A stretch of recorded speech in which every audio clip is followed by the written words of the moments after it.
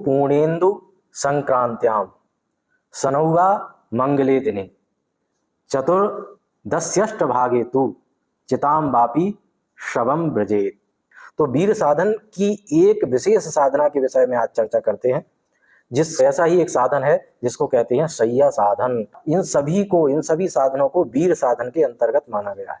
शय्या की साधना की जाती है और शय्या के अंतर्गत उसी के पास में, उसी के सम्मुख बैठ करके एक साधना विशेष की जाती है, मंत्र जप किया जाता है कि इसे अर्धरात्रि में करना है। शय्या अपने आप में ही मरघट है। करने से जिस मंत्र का जप किया जा रहा है वो केवल 10,008 बार जपने से ही सिद्ध हो जाता है। जय माई की।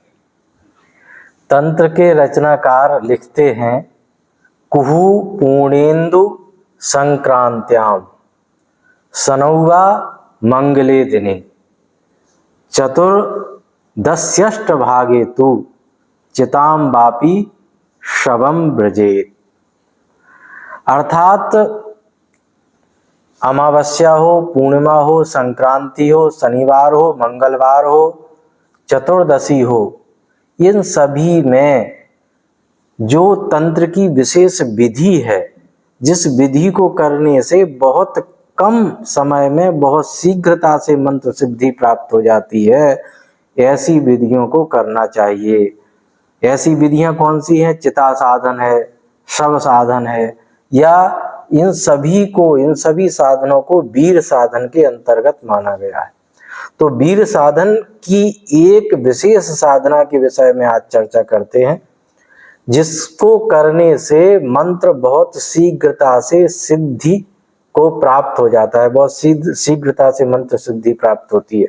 बहुत से साधकों का ऐसा सोचना होता है कि लाखों जप करने में बहुत सारा समय लग जाता है और समय भी लगता है, परिश्रम भी लगता है, और समय निकल जाने के बाद फिर सिद्धि प्राप्त हो तो क्या लाभ।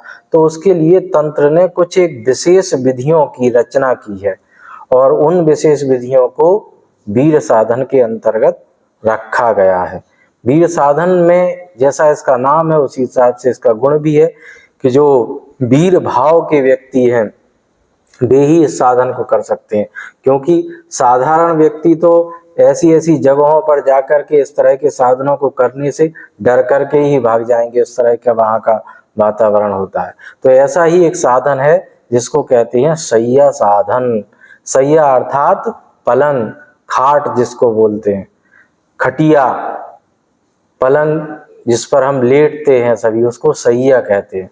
तो पलंग को शय्या कहते हैं और उसी शय्या की साधना की जाती है और शय्या के अंतर्गत उसी के पास में, उसी के सम्मुख बैठ करके एक साधना विशेष की जाती है, मंत्र जप किया जाता है। इसको करने से जिस मंत्र का जप किया जा रहा है वो केवल 10,008 बार जपने से ही सिद्ध हो जाता है।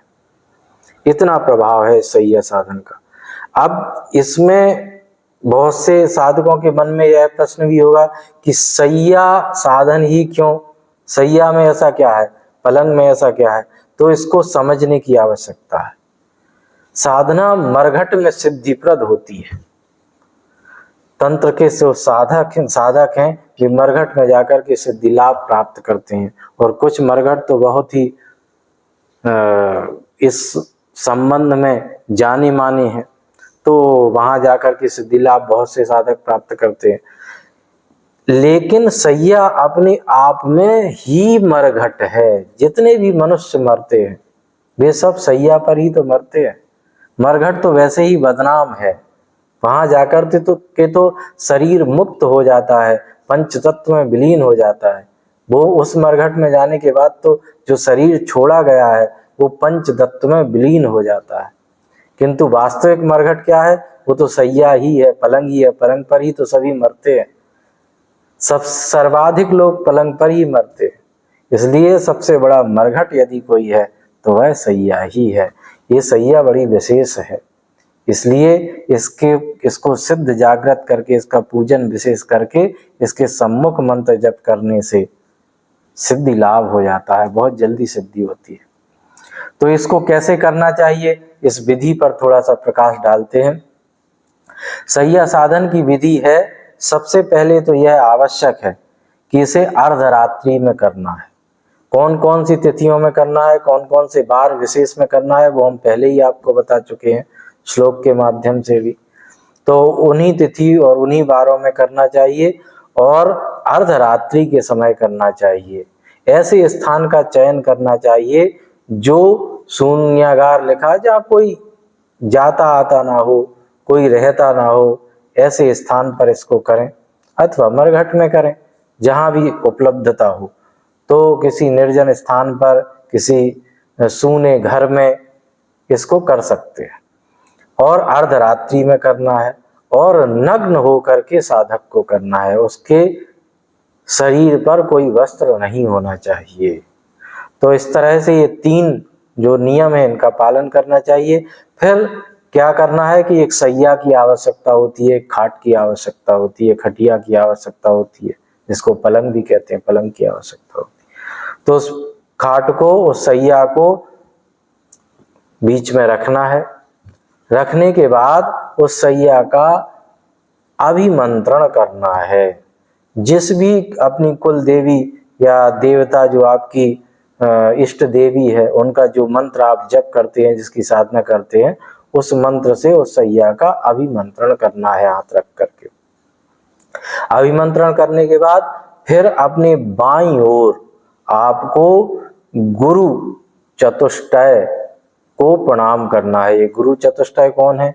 स्वगुरु, परम गुरु, परात्पर गुरु और परमेष्ठी गुरु। इस तरह से ये 4 जो गुरु हैं आपके गुरु चतुष्टयम, इनको जो है गुरु चतुष्टय को नमन करना है, नमस्कार करना है, आज्ञा लेनी है। इस प्रकार करने के बाद फिर अपनी दाहिनी ओर गणपति को नमस्कार करना है, उनसे आज्ञा लेनी है और सैया के मध्य में, बीच में शमशान वासनी का ध्यान करना है, उनसे प्रार्थना करनी है।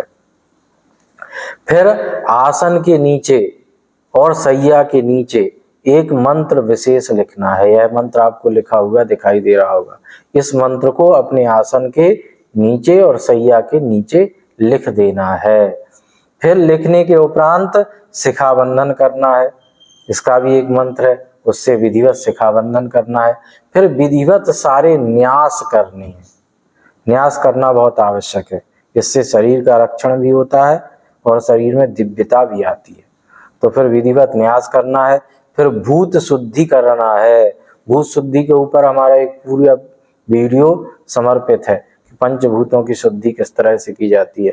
तो भूत शुद्धि करना है। भूत शुद्धि करने के उपरांत फिर हृदय में देवी का ध्यान करना है। अपने हृदय कमल में भगवती का ध्यान करना है कि वे भगवती विराजी हुई हैं और फिर उनका मानसोपचार पूजन करना है। मानसोपचार विधिवत पूजन करना है भगवती का।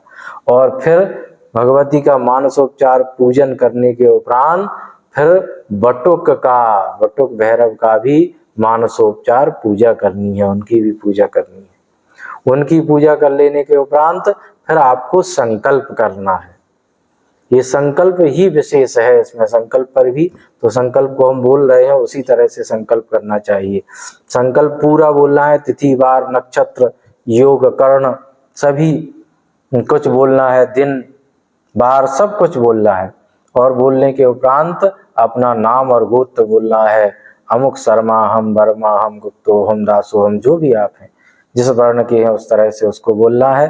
फिर बोलना है अद्यारभ्य एक दिन साध्ये यावत कालीन सिद्ध्यति तावत कालम बगलामुखी सिद्धि कामा अमुक मंत्र। यहाँ अमुक की जगह मंत्र का उच्चारण करना है। अमुक मंत्र साधनम अहम करिष्ये। इस तरह से संकल्प कर लेना है। और संकल्प कर लेने के बाद फिर आपको विधिवत विनियोग न्यास ध्यान करते हुए विधिवत जो मंत्र सिद्ध आपको जागृत करना है उसका 10,008 बार जप करना है।